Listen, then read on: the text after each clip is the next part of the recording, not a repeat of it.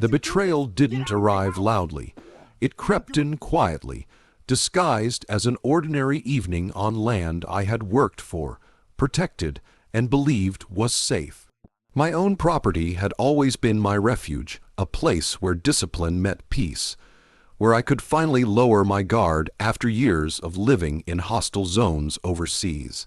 That illusion shattered the moment I realized the danger wasn't coming from strangers, but from people tied directly to my own marriage. The knowledge hit harder than any physical blow I'd ever taken in combat. I had trusted my wife with the same certainty I trusted my teammates in the field. Trust like that isn't given lightly. It's forged through sacrifice, loyalty, and shared hardship. To discover that she had not one, but two men involved with her felt like an ambush to the soul. Worse still was the realization that those men felt bold enough to step onto my land and confront me there, as if my home were just another territory they could claim. That level of disrespect wasn't accidental, it was calculated, fueled by arrogance and the belief that I was weak, absent, or irrelevant. When they showed up, there was no warning, no attempt at conversation. Their presence alone screamed intention. They weren't there to talk things through or walk away quietly. They believed the numbers favored them.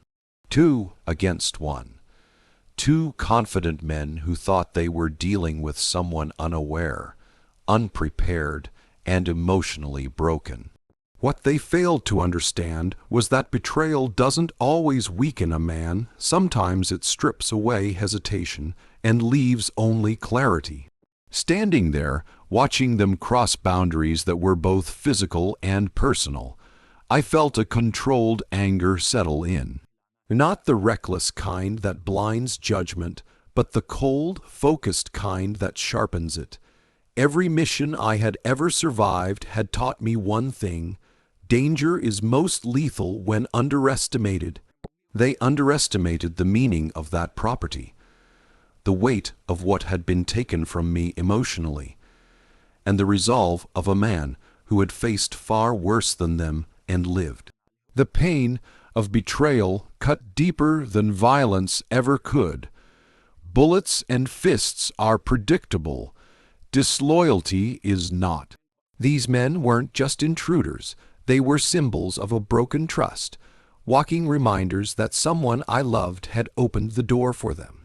That truth lingered heavier than the threat itself. Yet even in that moment, I refused to let rage control me. Control is survival. Control is power.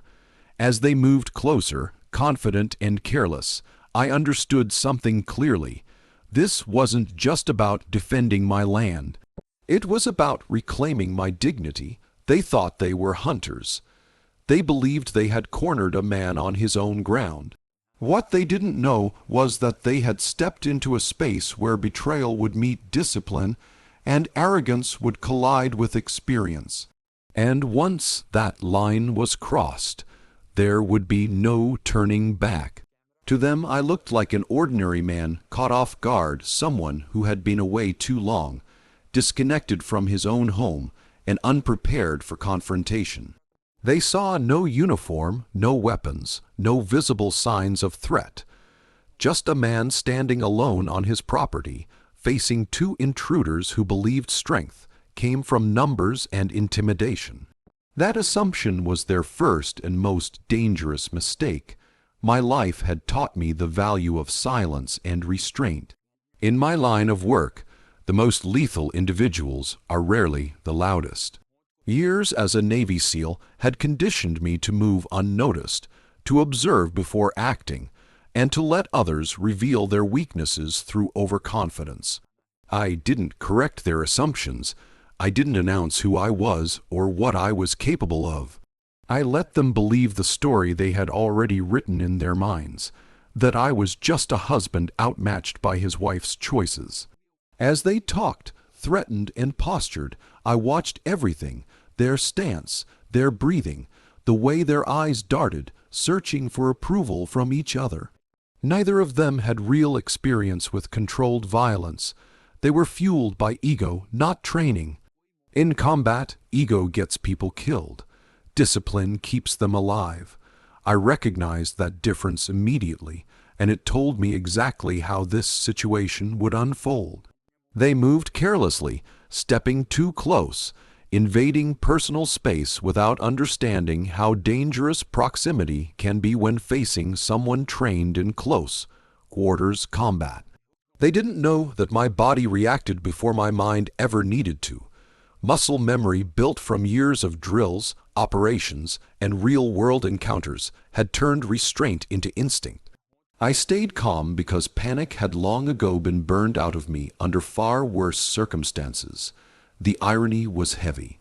These men believed they held power because they had shared something with my wife, because they stood there together, and because they thought fear would paralyze me.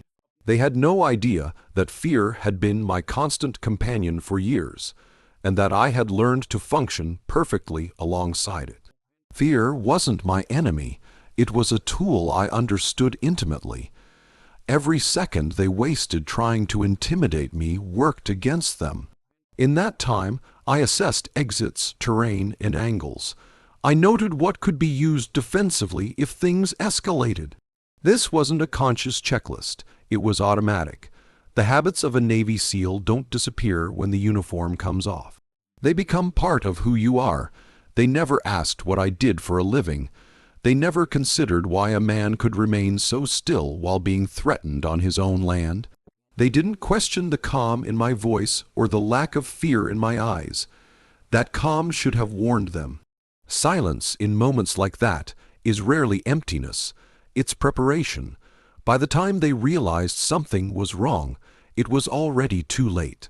Their greatest weakness wasn't ignorance of my identity. It was their belief that identity defines danger. They thought power had to be visible to be real. They were about to learn that the most dangerous force in the room is often the one no one sees coming. The shift didn't happen all at once. It began subtly in the space between their words and my silence. Confidence has a rhythm to it, and I could hear theirs starting to falter. They had come expecting fear, submission, maybe even panic.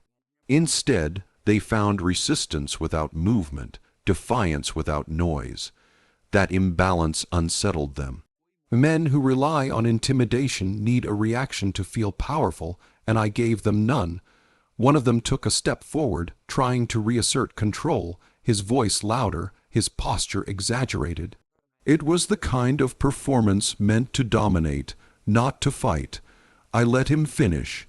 In my world, action always speaks louder than threats. When he reached out, crossing the final boundary, the moment snapped into clarity.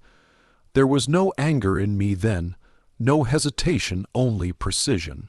The reversal was immediate and absolute. What they thought would be a simple show of force turned into confusion. Balance shifted, momentum changed, and suddenly the space belonged to me. Training took over, stripping the situation down to mechanics and outcomes. I used their aggression against them, redirecting instead of meeting force with force. In seconds, the dynamic they believed favored them collapsed entirely. Their shock was almost palpable. The first man stumbled back, not badly hurt but deeply rattled. The second froze, caught between stepping in and stepping away. That pause told me everything. They were no longer attackers. They were reacting. Control had left their hands and settled firmly into mine.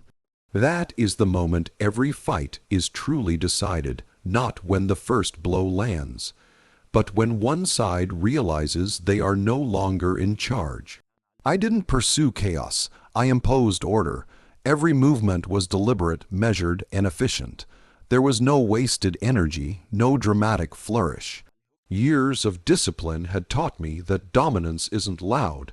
It's undeniable. Each response I made reinforced the same message.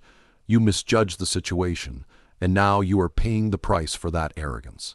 As they backed away, fear finally surfaced in their eyes. Not the fear of pain, but the deeper fear of helplessness. They understood then that numbers meant nothing without skill. and bravado meant nothing without resolve. The ground they stood on no longer felt like an advantage. It felt like a trap of their own making. What struck me most was how quickly their certainty unraveled.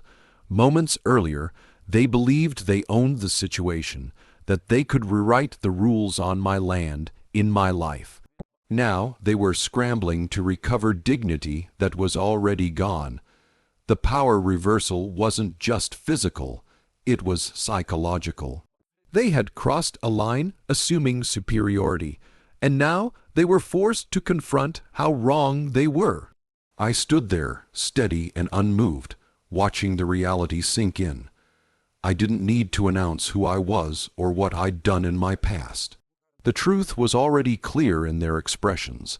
They had attacked a man they thought was defenseless and discovered, too late, that they had awakened something far beyond their understanding. And once that realization takes hold, there is no going back. Only retreat, humiliation, and the heavy weight of knowing you chose the wrong target.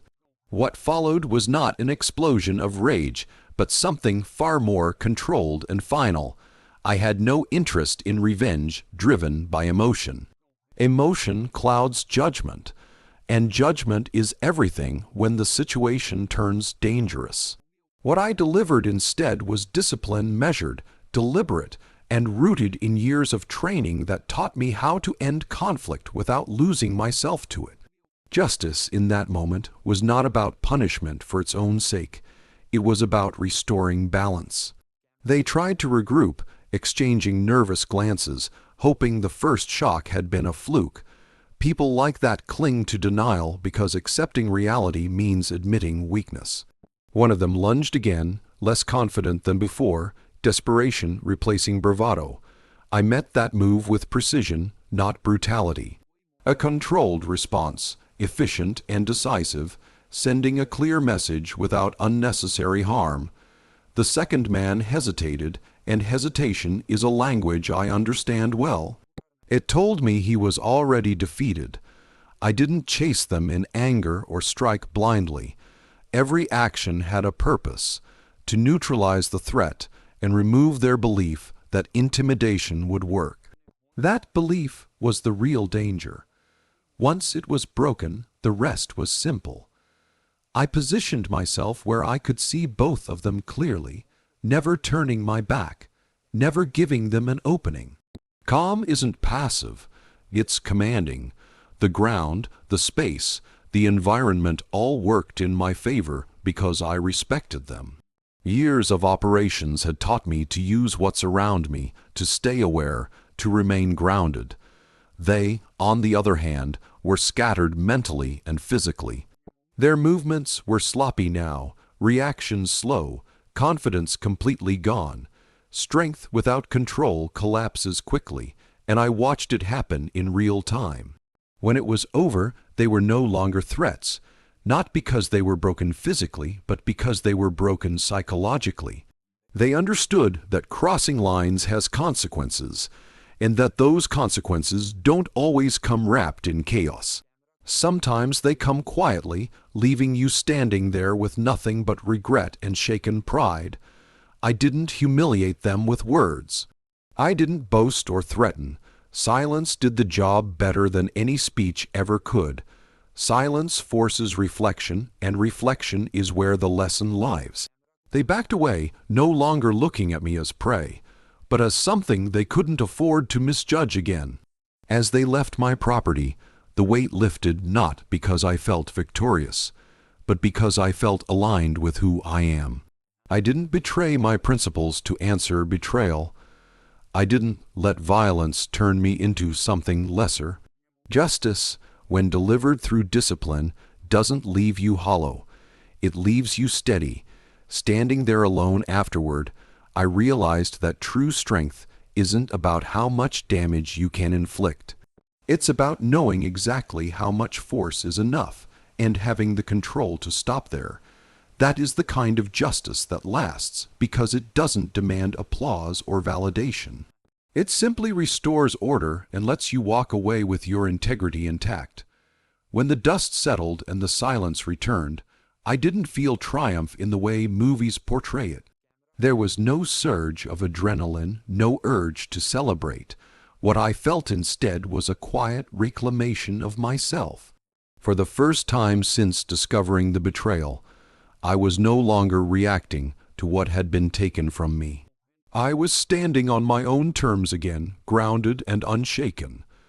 That mattered more than anything else. Those men left carrying more than bruises or shaken nerves. They left stripped of the illusion that they held power over my life. Power doesn't come from secrecy, manipulation, or numbers. It comes from self-mastery. In that moment, I understood that they had already lost long before they stepped onto my property.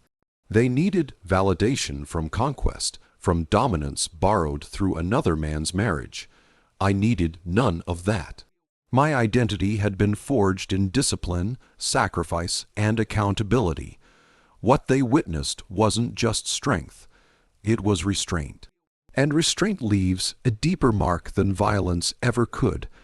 They would remember the calm in my eyes far longer than any physical pain. They would remember how quickly confidence abandoned them when faced with someone who didn't need to prove anything. That kind of memory humbles people in ways fear cannot. As for my wife's betrayal, it no longer defined me. Betrayal can hollow a man out if he lets it, but it can also become a line in the sand. I chose not to be shaped by her choices or by the actions of men who lacked honor. Their involvement in my life ended the moment they walked away from that land. What remained was my responsibility to myself, to rebuild with clarity instead of bitterness. I stood there for a long time afterward, not replaying the fight, but reflecting on the path ahead. Respect isn't demanded, it's maintained, and self-respect begins with knowing when to stand firm and when to let go. I didn't need revenge to feel whole. I needed resolution, and I found it in the knowledge that I had faced humiliation, threat, and betrayal without losing control of who I am. Walking back into my home, the space felt different, not because it had changed, but because I had. The chaos that once lived in my thoughts was gone, replaced by focus. Whatever came next, legal battles, separation, rebuilding, would be handled the same way I handled everything else, deliberately, with discipline and purpose. That was the real victory, not the fear I instilled, not the dominance I displayed, but the dignity I preserved. Men like them walk away diminished, forever chasing validation they can't earn. I walked forward intact, carrying the quiet confidence of someone who knows exactly what he's capable of, and exactly what he refuses to become. In the end, respect returned where it belonged, within myself, and once a man regains that, no one can ever truly take anything from him again.